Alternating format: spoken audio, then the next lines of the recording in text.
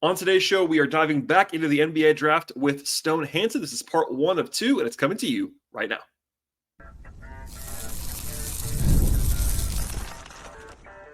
You are Locked On Hawks, your daily Atlanta Hawks podcast. Part of the Locked On Podcast Network. Your team every day.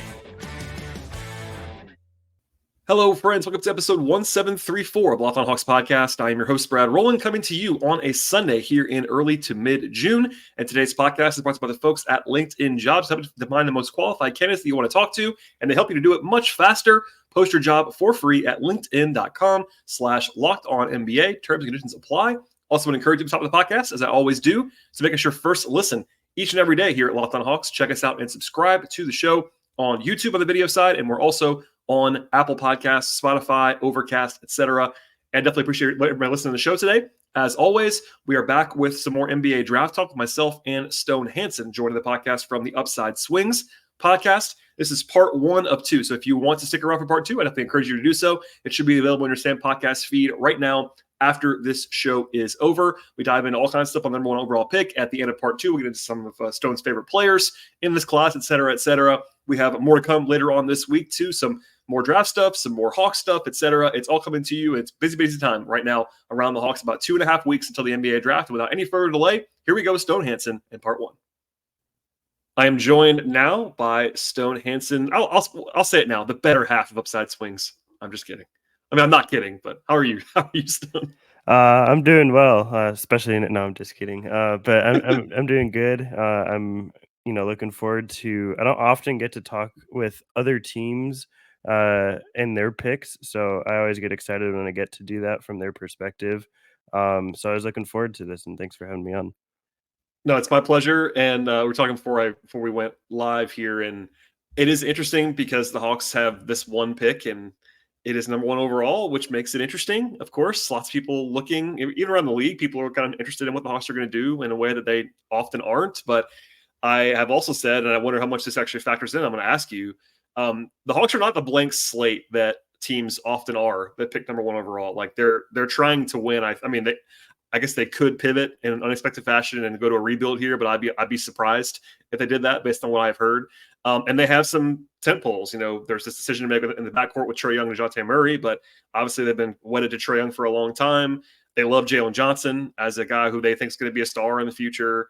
So it's not this blank slate. I wonder even philosophically for you, but also within the context of the Hawks, because I know you follow this stuff, how does that impact your evaluation at this pick? Because, realistically, without the presence of, maybe there is a guy in your mind, but without the presence of a consensus number 1 overall pick in this class, there's just debate raging right now in Hawks land about like how much fit or how much any of that stuff should matter. And usually I'm not a fit at number 1 guy, but given where the Hawks are and given this draft, it's kind of, I think, probably more in play than it usually would be.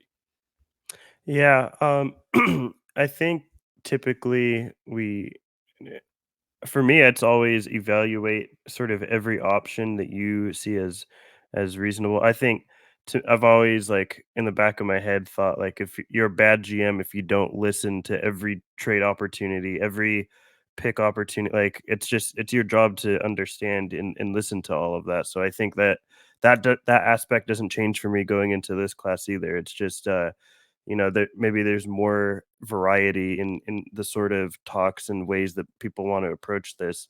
And then as opposed to like last year, like I think most people would just say, keep the number 1 pick and draft Wemby. This year, It's a little more versatile in the ways that you could go. The fit does matter, but for me, it's difficult when I don't know which way the Hawks are going to go yet. Agreed.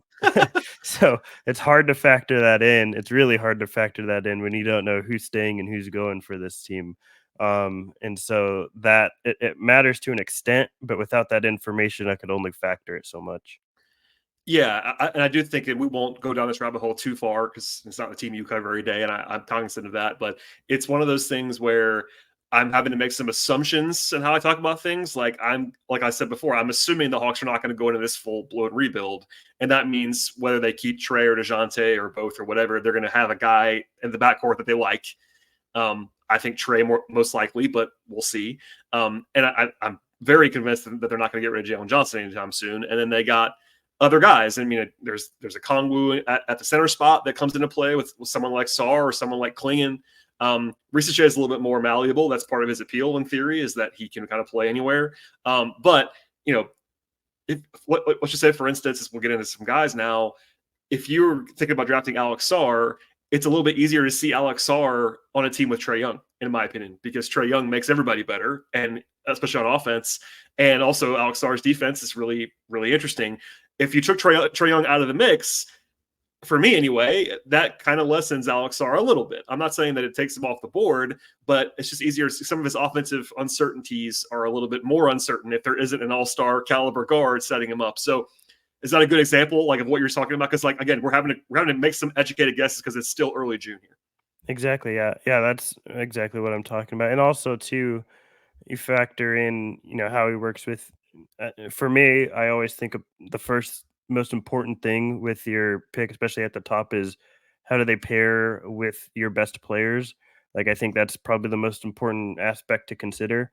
And then also, if let's assume Trae is there, what does this mean? How highly do, and you know this probably better than I do, but like, how highly do the Hawks value a Kongwu? And like, if Sarr were to be, really more impactful than they assumed in his rookie season, would that start to push a Kongwu, a little bit further out if they didn't play that well together? Like, if Sarr, we saw, like, for example, like with Mobley and Allen, they're really good as at their best, I would say, when they're the sole center on the court. And if that were the case with, like, Sarr, does that mean they're willing to move on from Okongwu? I just don't know all these things and how, they value each guy.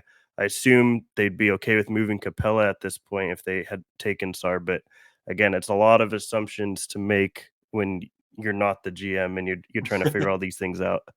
Yeah, I mean, and I cover the team every day and have for a long time, and I'm still having to make these kind of guesses because, number one, I think it's probably a good thing.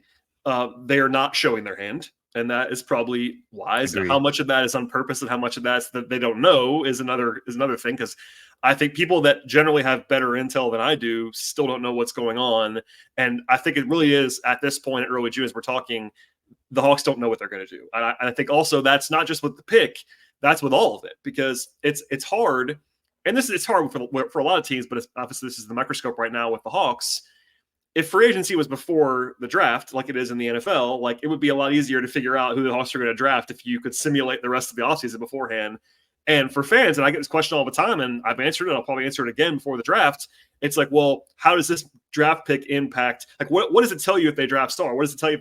And the answer is, like, I can make some guesses, but you would hope that the Hawks have an educated plan about what they're planning on doing after the draft, or even the night of the draft. Like, a lot of trades happen the night of the draft. That could happen too, but it should all be in conjunction. They're not going to, at least I hope they wouldn't go into the draft, make a pick without knowing what step 2, 3, or 4 is going to be with their roster building. So that's a long preamble, but I haven't done that in a little while with a guest. It's just kind of like, we're talking about these players and we're going to get to the players, but all this stuff it's not a vacuum. I mean, for the Wizards, it'd be more of a vacuum. That's the team that they're picking too. Even then, that's not a true vacuum either, but they are much more of a blank slate, and they're the team that picks next. The Hawks are I would say, maybe not unique, but a rare situation of a team that has so many, maybe not locked in pieces, but so many guys that they are considering and they're trying to win now. Like, and I'll use Sarr as an example as we try to transition into players. Alex Sarr is much more of a long-term bet who is not a plug-and-play player, in my opinion. And for a team that's trying to win, like, I get this question all the time, like, well, so-and-so, like, is he going to start opening night next to Jalen or whatever? And it's like, well, guys, Alex Sarr isn't probably going to be very good in the NBA in October. That's not why you're drafting Alex Sarr. Whereas, like, Donovan Clingan, sure, he might be pretty good right away, like all those things. So long preamble out of the way. Today's show is brought to you by eBay Motors and passion drive and patience. So the formula for winning championships, that's also what keeps your ride or die alive with the folks at eBay Motors.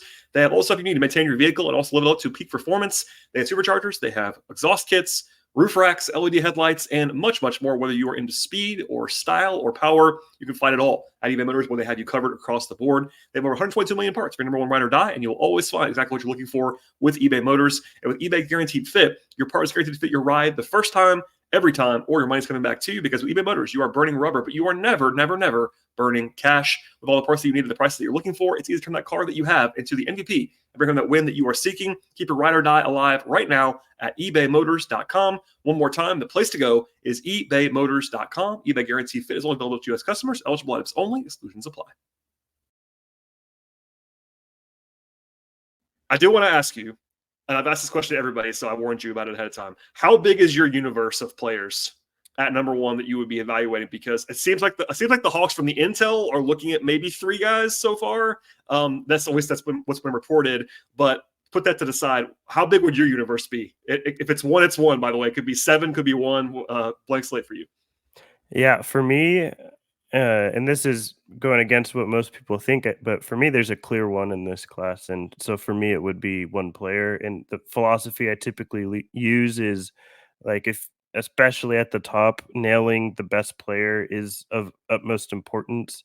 For me, it's magnified at the top because that's where the biggest talent disparity really is. So I think that would be my priority is locking in that player and acquiring him. But I also think, as you said, they're in a win now state of mind.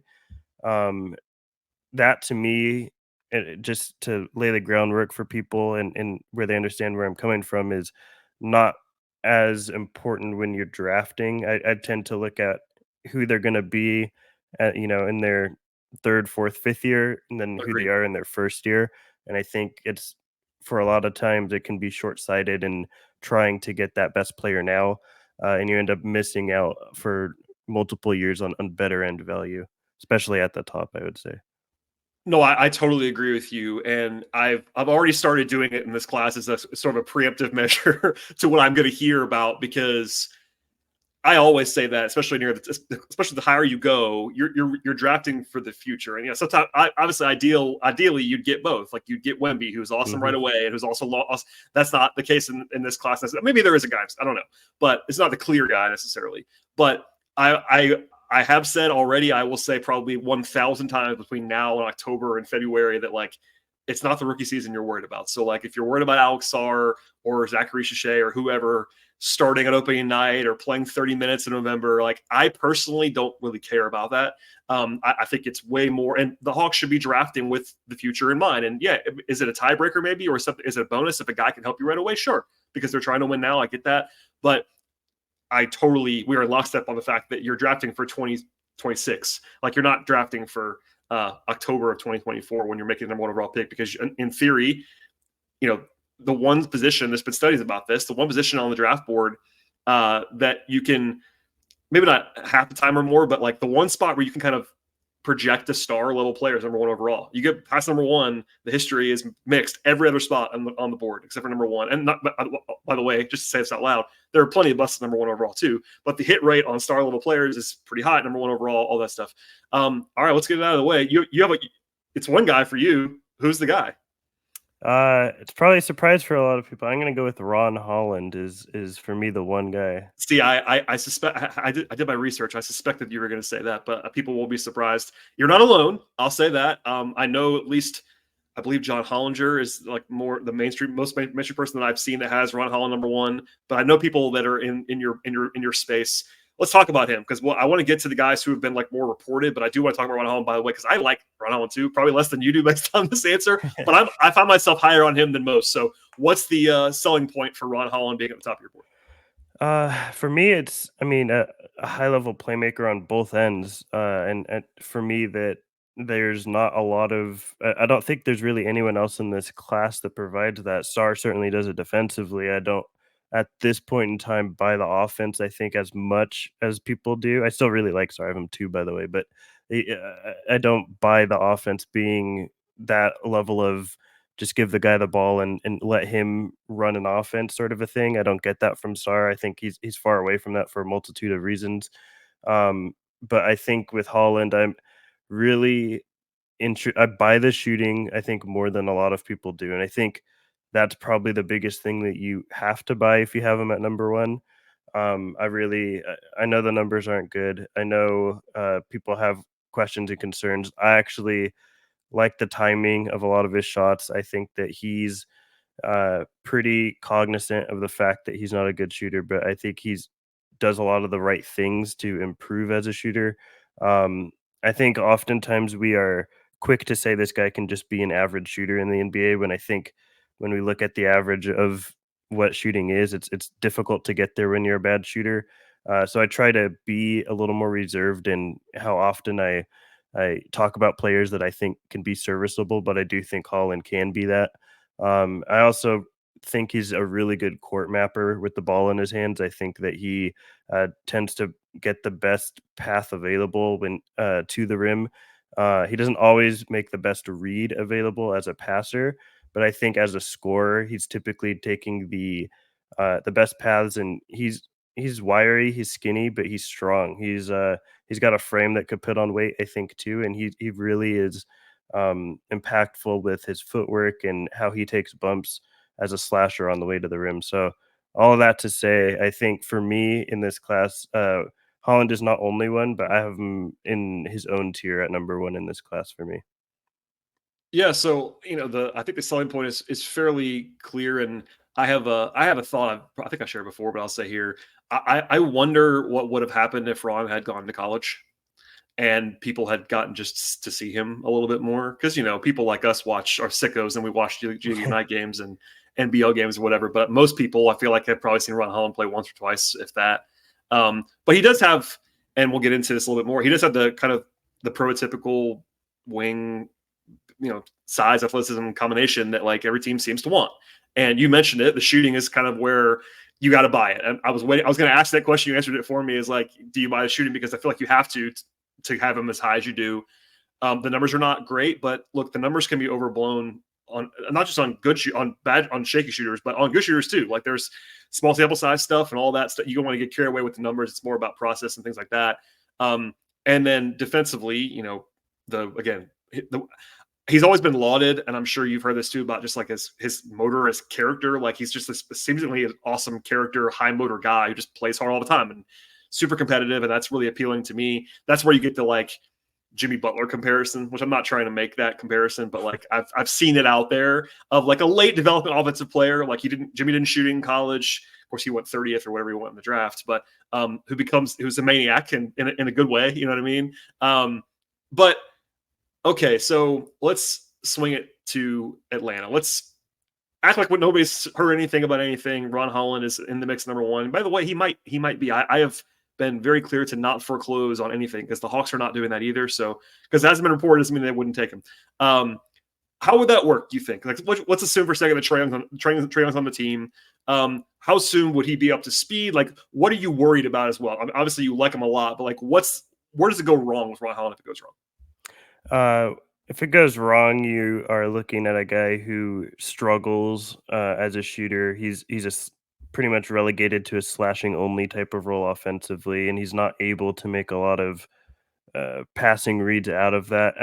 I still think the passing stuff is a little overblown. I think he can handle a bit better than people think, and I do think that he's capable of making more simplistic reads, but he's not going to be consistently doing that in the worst case scenarios. And then I think defensively, he's going to be someone who still play makes defensively, but is more gambly than you would like, and I think is probably making more bad decisions than you would hope for in a defense that is under Quinn, probably a little bit more relegated and stringent, despite having DeJounte there doing what he does.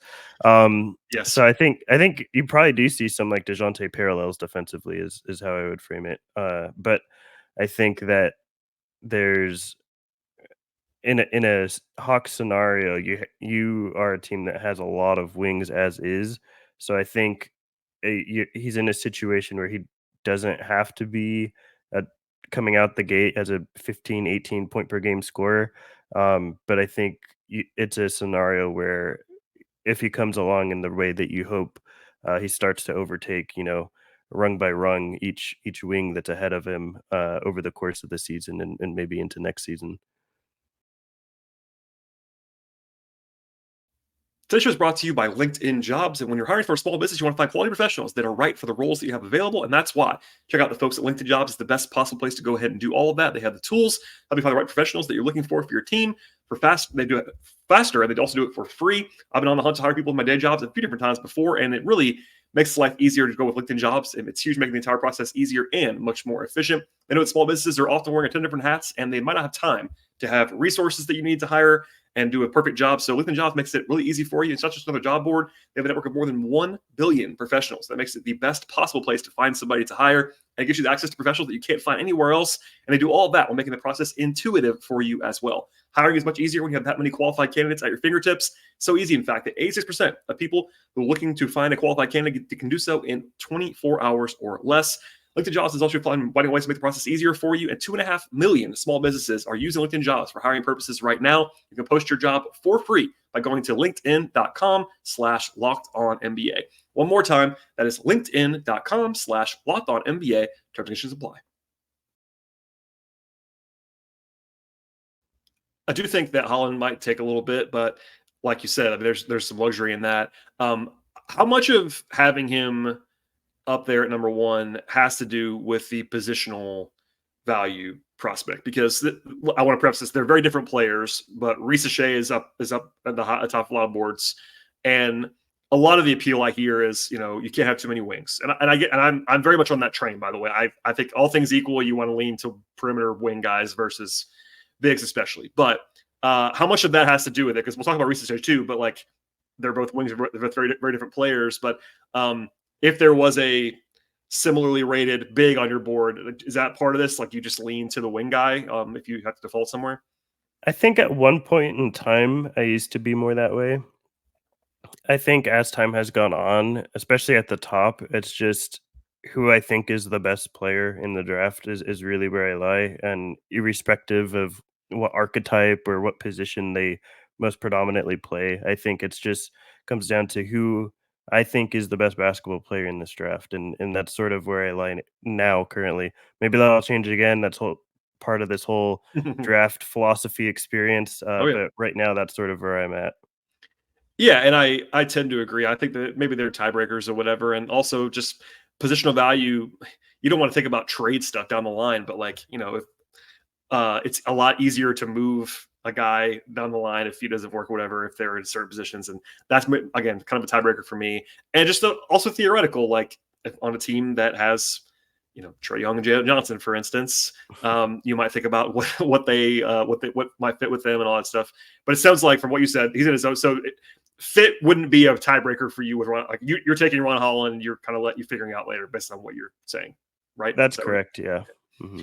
And that's understandable for sure, because I think if all things I have heard this said, and I think I might agree with it. If everything came together in the best possible way for like everyone in the draft, I don't know if Ron Holland would be number one, but he would be close to number one, if not number one, as far as like if everybody hits their 95th percentile outcome, which doesn't happen, by the way, but Ron Holland's ceiling outcome is extremely high because I mean, hyper athletic, hyper competitive, two-way 6'6" wing is a very appealing thing, especially if he can score the way he potentially would be able to if he can make shots.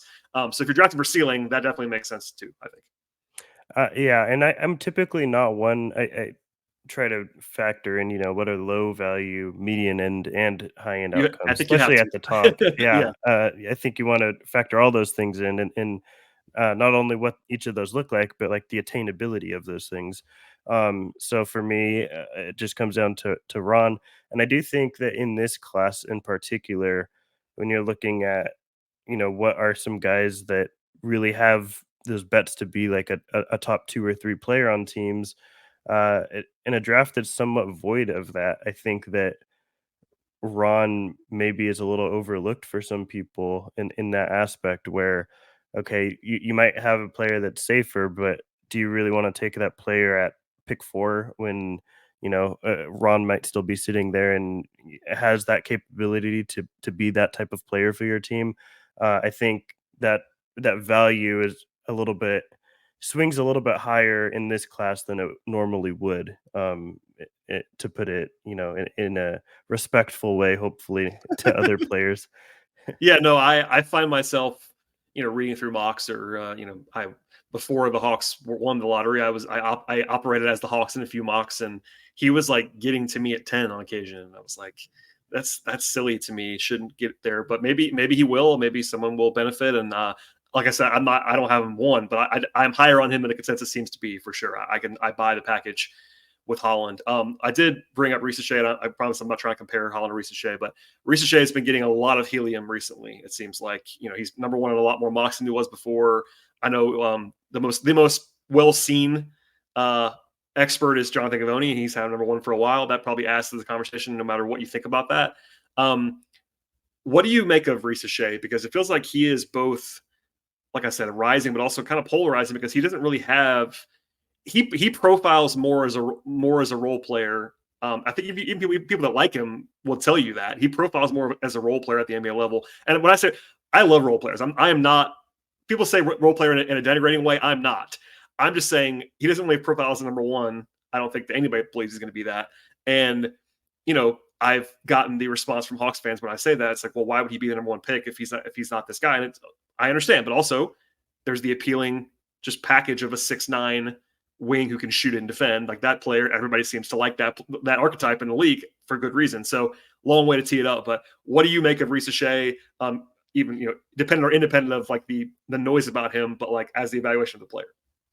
Yeah, I have Risacher a little bit lower than I think some people do. I have him at 9 on my board, but I think that he's still a player I like. It's just I too really struggle with seeing like a number one pick level with Risacher, even in this class. I don't see those outcomes. I struggle to see those outcomes with him.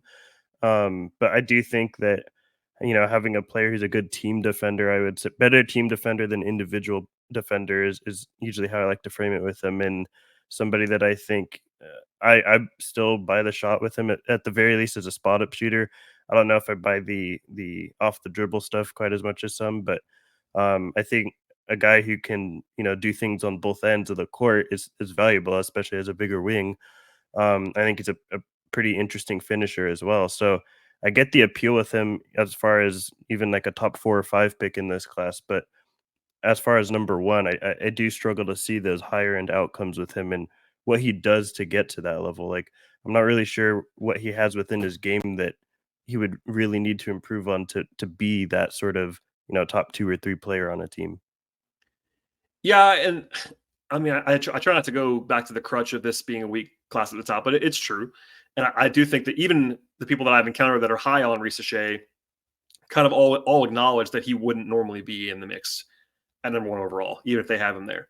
And that's part of what that's obviously a short way of putting it, but like he doesn't really have the standout. I mean, the shooting, I think he could be a real high end shooter from what I have seen. Could be, not will be, is what I would say. I'm not super convinced about that, nor am I super against it.